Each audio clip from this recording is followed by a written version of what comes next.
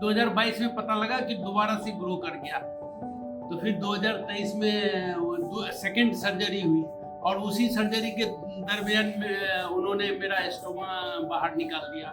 2018 में वो ट्यूमर की सर्जरी कराई, ट्यूमर निकलवाई, फिर 3 साल दवाई खाई। नमस्कार, ये मेरे साथ सर है। आप कहाँ से आए हो? जी, मैं कोलकाता से आया हूँ। क्या नाम है आपका? पवन कुमार लालदास। उम्र कितनी है? उम्र 64 है। आपने गॉल ब्लैडर कटवाया था? गॉल ब्लैडर 2011 में मेरा ओपन करके निकाला। अच्छा, पहले तो आपको बोला था हम करेंगे दूरबीन से, लेकिन जब आप दूरबीन से कराने गए तब खड़े पैर हैंड पे उन्होंने बोला कि भाई दूरबीन से नहीं हो पाएगी, हमें पेट खोलना पड़ेगा। फिर उन्होंने खोल के क्यों बोला उन्होंने ऐसा? बोले कि अंदर में कुछ वो फैल गया है, पाउडर बन गया है और ये क्या क्या हो गया है पता नहीं। तो आप क्या सरकारी कर्मचारी हो?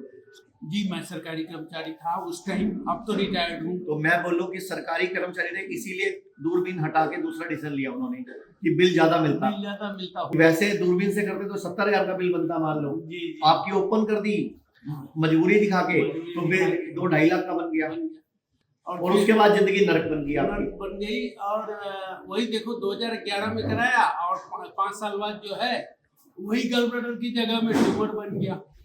और फिर आपने उसकी सर्जरी कराई? फिर 2018 में वो ट्यूमर की सर्जरी कराई, ट्यूमर निकलवाई, फिर 3 साल दवाई खाई। अच्छा, फिर उसके बाद दोबारा फिर ट्यूमर हुआ आपको? दोबारा फिर कौन सा हो गया? 2022 में पता लगा कि दोबारा से ग्रो कर गया। तो फिर 2023 में सेकंड सर्जरी हुई और उसी सर्जरी के दरमियान में उन्होंने मेरा स्टोमा बाहर निकाल दिया। अब आपकी लैट्रिन की जगह काट दे चुके हैं। हाँ। अब आपके बैग लगाओ, एक बार दिखाना जरा बैग।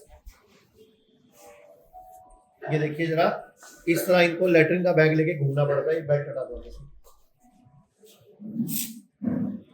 ये देखिए जरा, ये इनका बैग है जिसमें सारा दिन लैट्रिन इकट्ठी होती रहती है। अब ये परमानेंट है।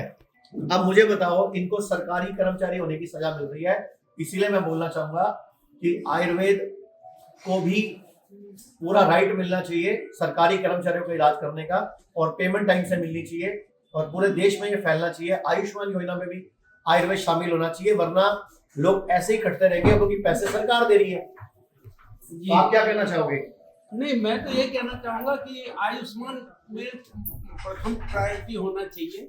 एलोपैथ में तो लास्ट रिसोर्ट होना चाहिए, क्योंकि वहाँ पर उनके पास उपचार नहीं है और ये काटपीट ज्यादा होता है।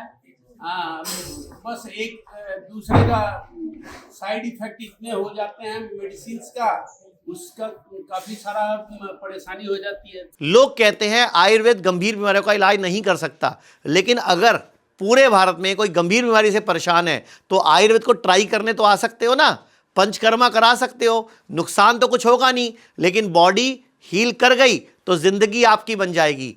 और सभी प्रकार के हेल्थ इंश्योरेंस हमारे 120 सेंटरों पर चलते हैं।